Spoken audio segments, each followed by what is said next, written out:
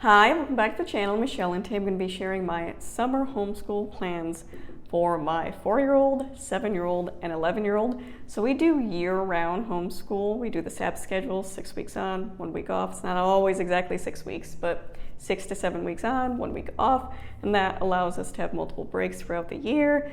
So a lot of the things I'm showing you are just kind of an extension of our school year, but we do switch it up in June and July.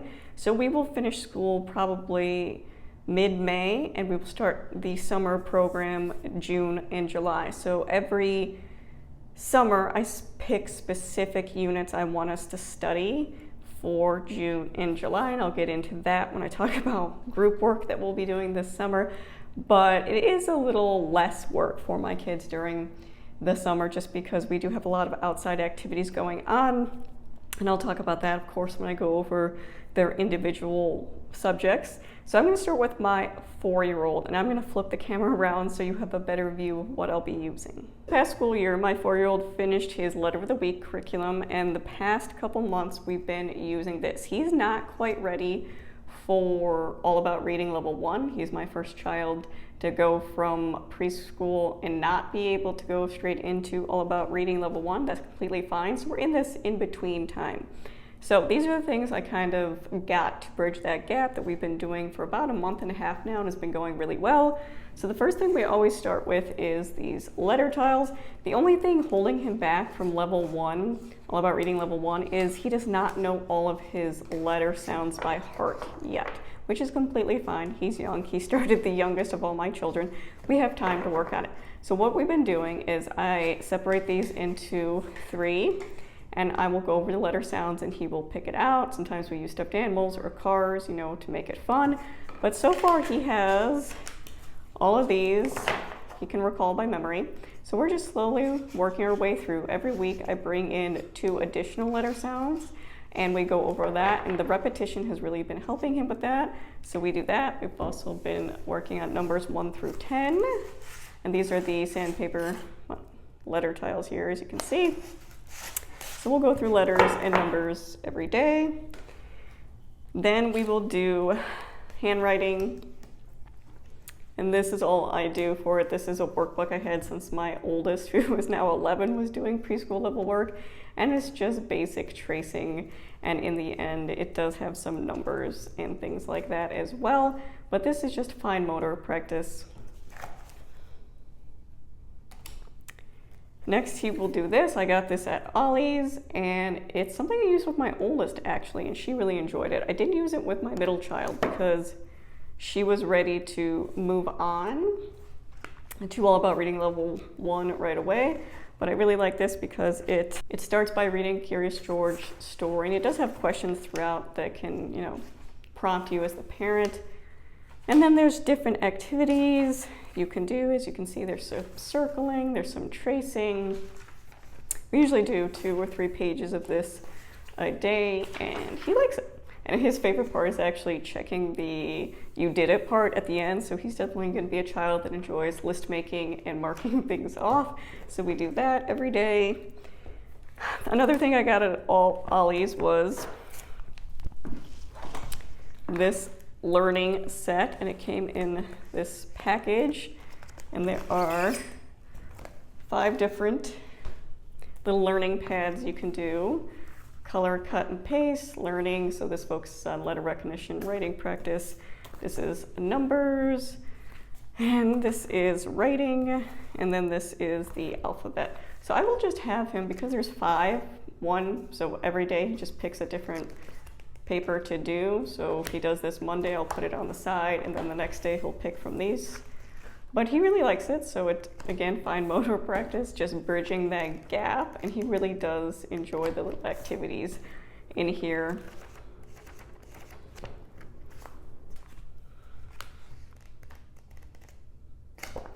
So that is his main stuff.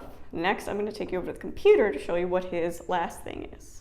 Doing is the Core Knowledge Language Arts Preschool Unit. Again, I didn't want to go out and buy any preschool units. He's my last child. I have plenty of resources already at home, but I wanted something to bring in a lot of contextual knowledge and cover, the rhyming, the finger plate, the different the different types of things you do in those preschool years because it's been a while since I've done them. So I have to say, out of all the core knowledge units, I have found the preschool the hardest to implement.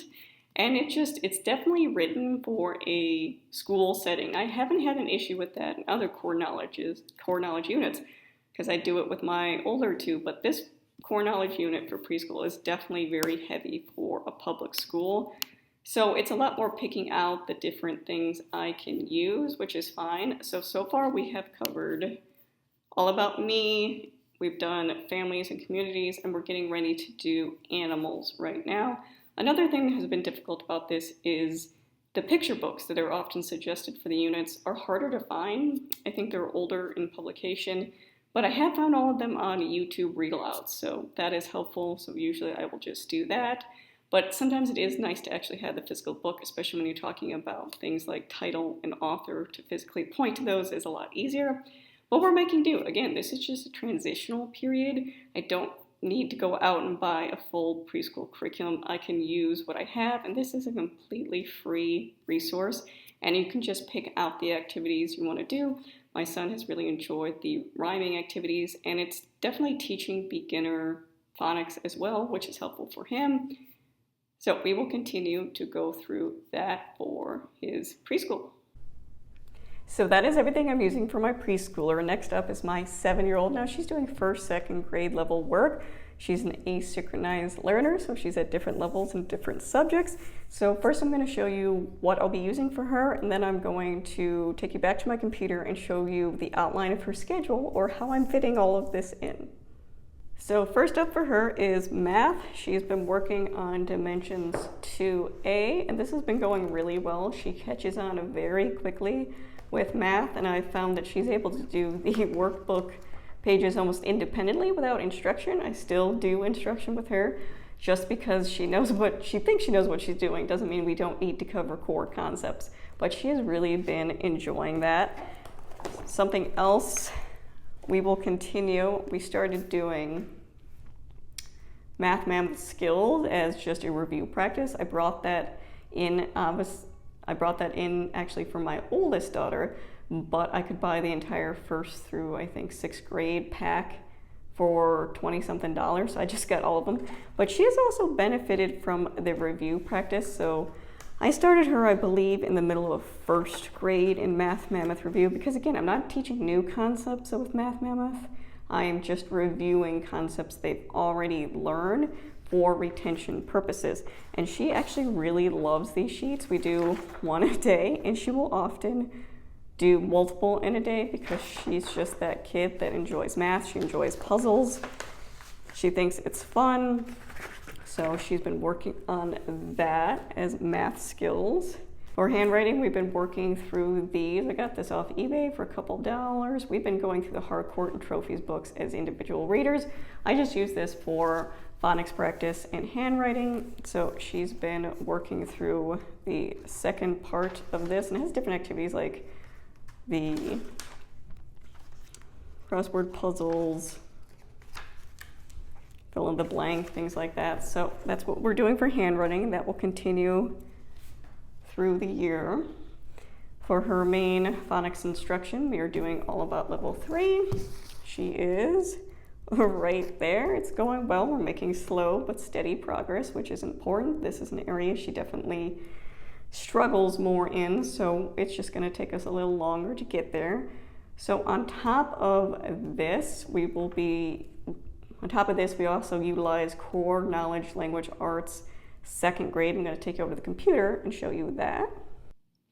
So this past year, she's using core knowledge, language arts, 2nd grade, and we've gone over lots of these already: fairy tales, early Asian civilizations, ancient Greek myths, War of 1812. She only has 2 more to finish out the year. And again, core knowledge at this grade is split into 2 sections: listening and learning, and skills. Skills is your spelling and your explicit phonics instruction. I don't need that. We already have all about reading for phonics instruction. We use core knowledge for contextual knowledge, because one thing that has really helped my daughter with retention is having more background knowledge. She's able to make those connections into her long-term memory if she has more to grasp 4. So we only have immigration left and fighting for a cause. And those will be the 2 units we finish up. And it won't take us all of summer. We'll probably finish this in a month and a half. So I will show you what our plans after we finish those units are. When she finishes core knowledge, language arts, 2nd grade, I'm going to be starting the first language lessons for a well-trained mind. I got this from Thrift Books for a couple dollars. Now, she's, again, a child that really benefits for repetition in language arts, I found.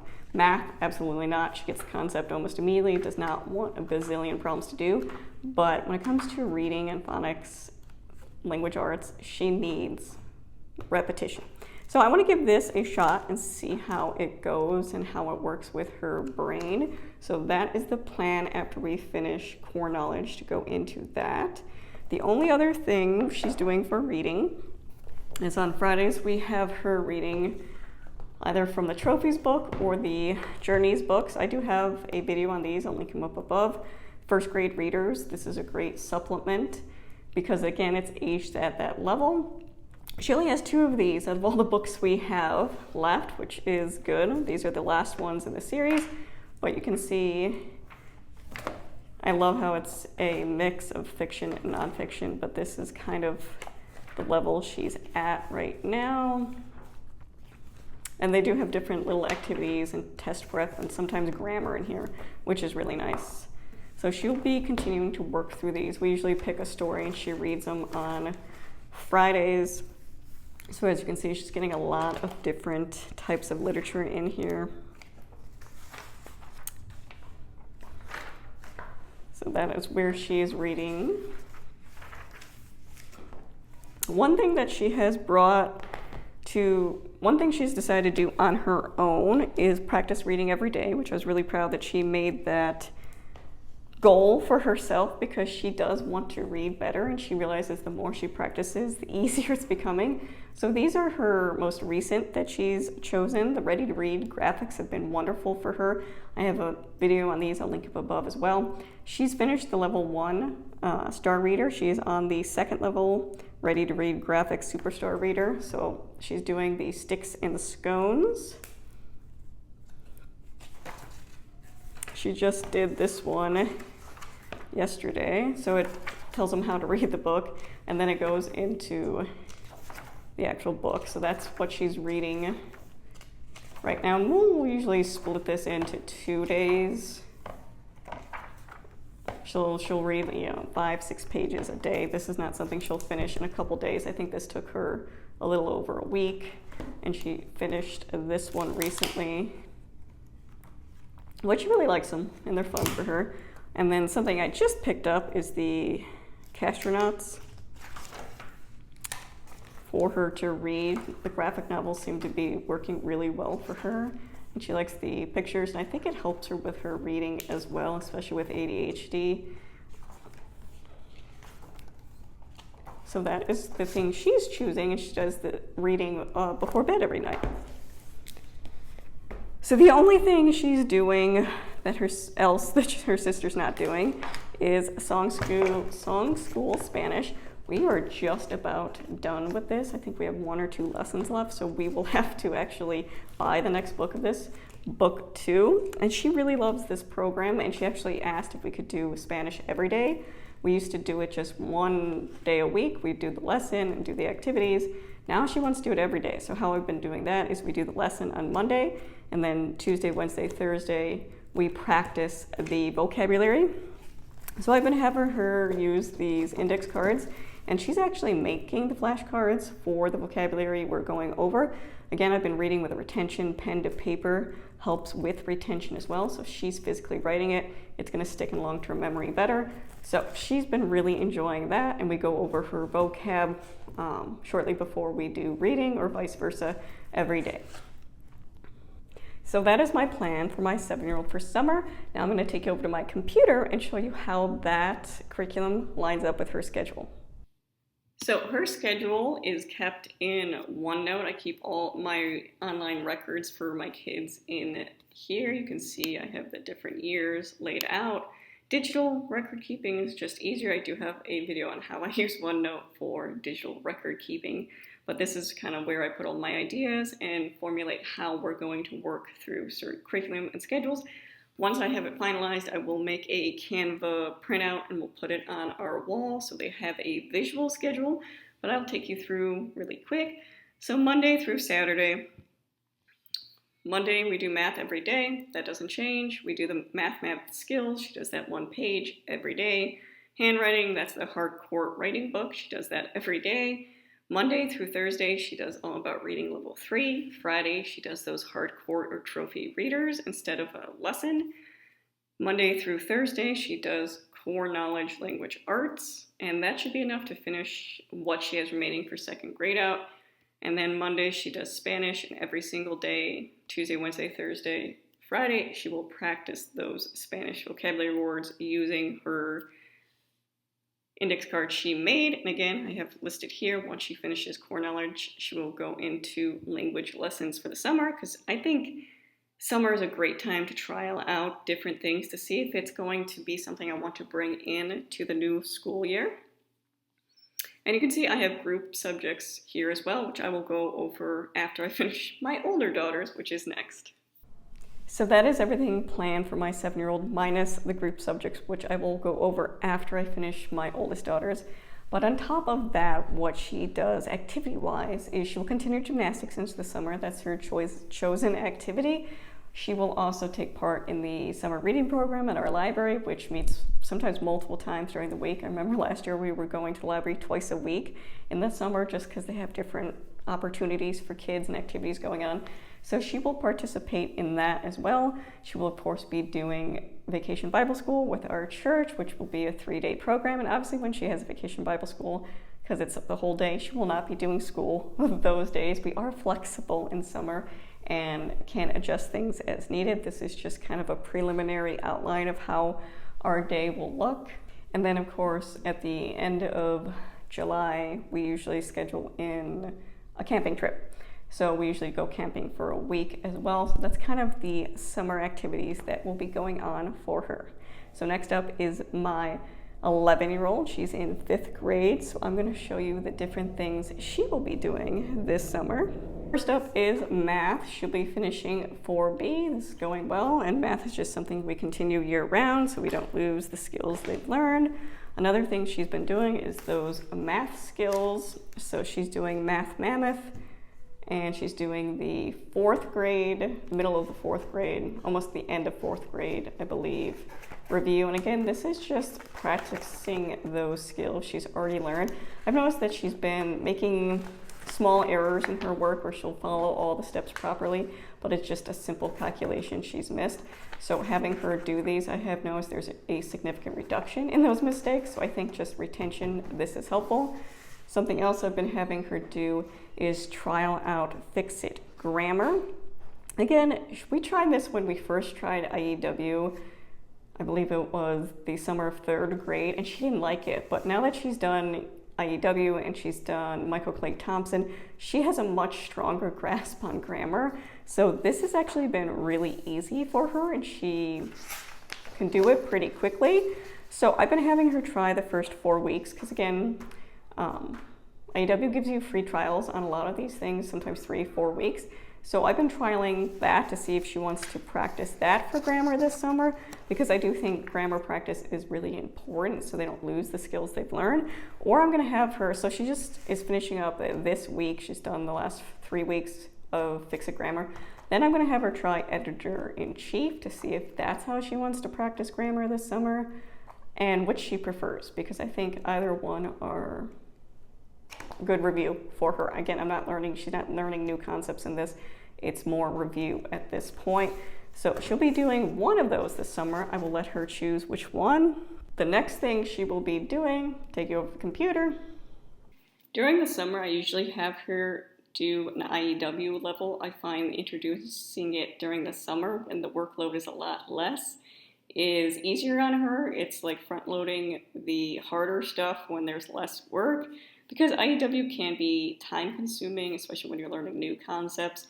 So this will go, whatever level we end up doing with her, will go into the school year. We will not finish this level during the 2 months of summer. I want to make that really clear. We don't cram it into the summer. She will start it and learn the hardest concepts up front, and then when we go into the school year, she'll be into the routine of doing this, and it won't be as overwhelming when we bring in the other elements we usually do during the school year. So she's done 1A and she's done 2A.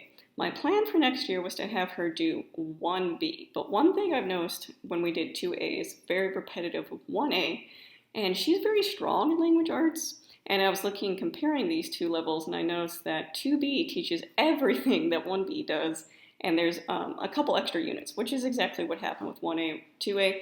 2A taught all the units and a couple extra from 1A. So I'm going to have her trial starting in June, because June is when we actually start summer homeschool.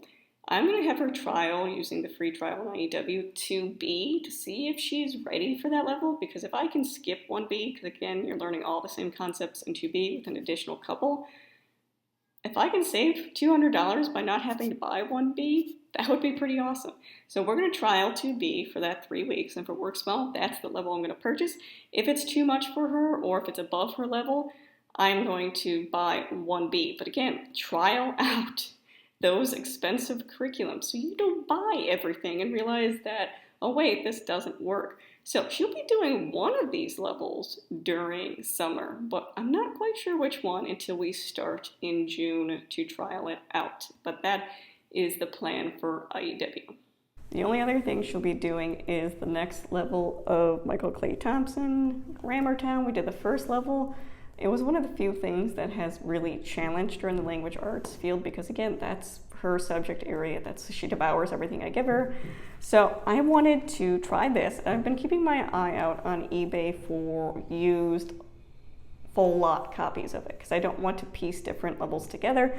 If there's a full lot that's within my price range, because I cannot afford to buy Michael Clay Thompson new. I can't afford to buy the ebooks. I need it to be a lot cheaper than that. So luckily I did find it. I spent about a year with my feelers out there looking for deals, and I found this.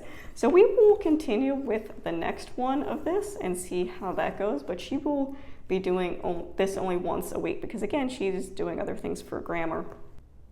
So the only other thing she'll be doing for her main subject area is she does typing once a week. She uses typing.com. She's been using that this past year. It's gone really well. She actually wrote her own fan fiction book about Enling, her favorite Catherine Applegate series. She wrote about that, so she's really gotten quite proficient on the computer with typing, but she will continue to practice those skills throughout summer.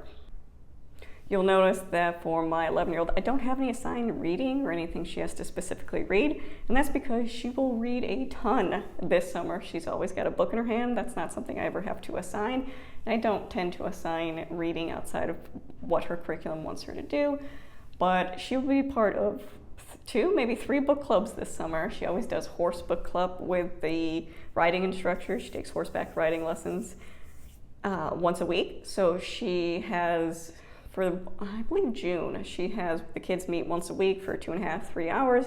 They read a book as a group, and then they do different activities. Her riding instructor was also a 4-H teacher, so they learn different parts of the horse. They learn grooming techniques. They learn a bunch of different things. So she really likes it, and it's all her peer groups. It's all kids her age, which is really helpful, because finding things with kids her age has been difficult the past year. So she'll do that. And then the library has 2 different book clubs they'll be doing for her age range this year. One is a graphic novel one, which again, she loves graphic novels.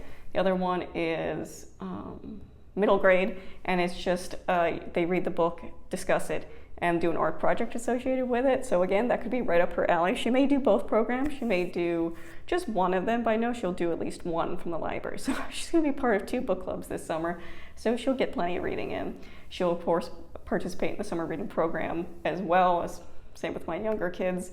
And then her activity for summer is horseback riding. She continues to do that. Again, she does it every Friday for about an hour and a half.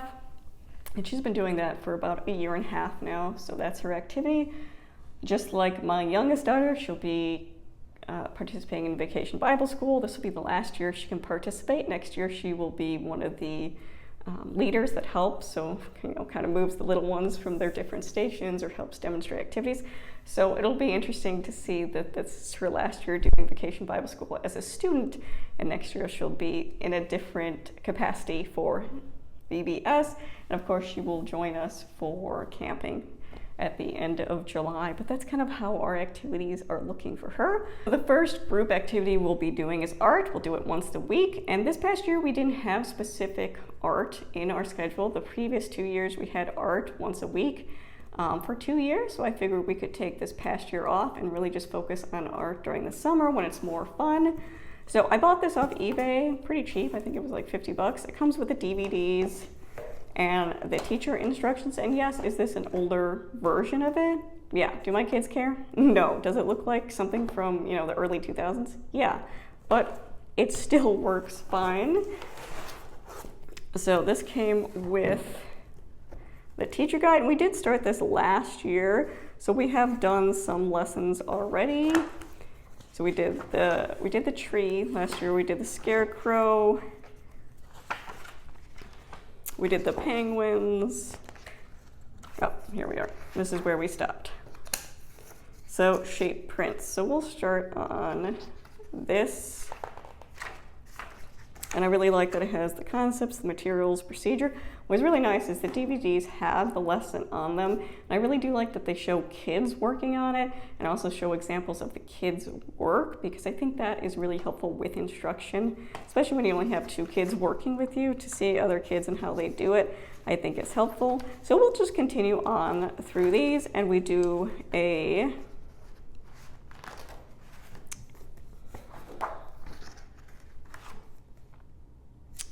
artist critique here. So it comes with different photos. As you can see here, we did Starry Night. Again, it has a little biography about the artwork, and then there's some discussion questions, which I really like, activities extensions. So we did the woman with a pearl necklace, we did the ballet school. So we'll start off with this particular picture, and I like that it comes with the actual pictures in here. So that is something we will do as a group once a week, and the kids liked that last year. And again, the materials aren't anything crazy. So we've been doing music this past month. So we did it in the end of April, and then we've been doing it in May as well. And this was actually suggested by a viewer. They commented Carnegie Hall Music Explorer program for music, and it's been really great, and I will link it down below if you want to check it out. But we've been doing this, like I said, for about a month and a half. We finished all of program 1.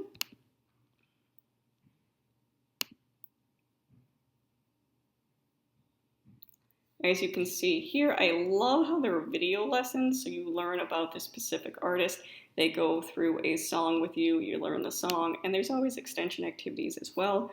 So for this one, we met the artist, and then there's 2 different lessons. So it's got some different activities and discussion questions you can do. And then at the end, it does have a PDF activity you can do as well. So it was a lot of fun, and we've been enjoying it. So we do this once a week.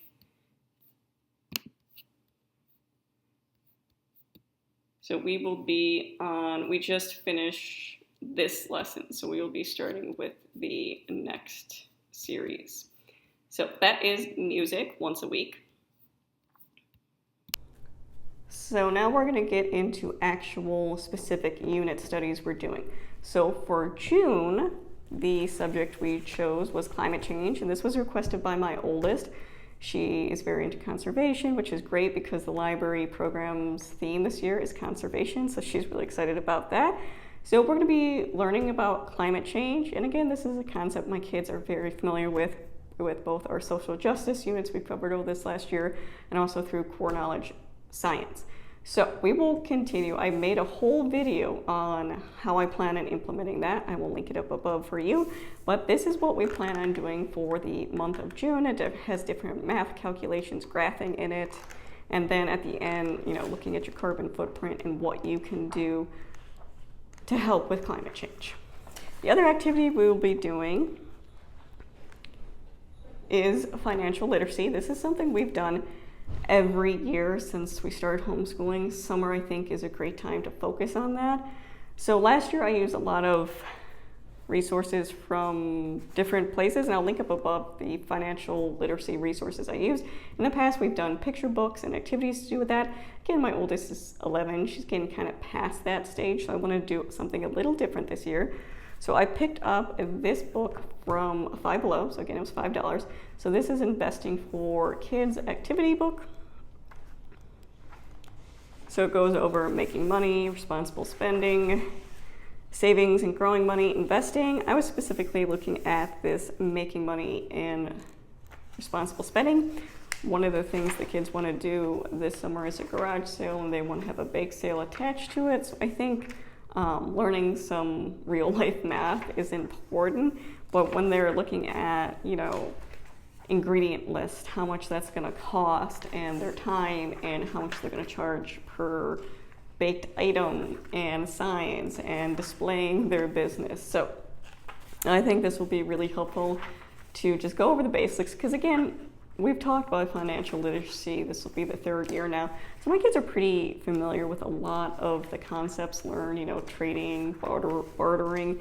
We did a money unit last year with it. So they're pretty knowledgeable on that. So I want to really spend this July focusing on real life applications of financial literacy. And since they're doing kind of the idea of running their own business, I'm going to bring in this resource.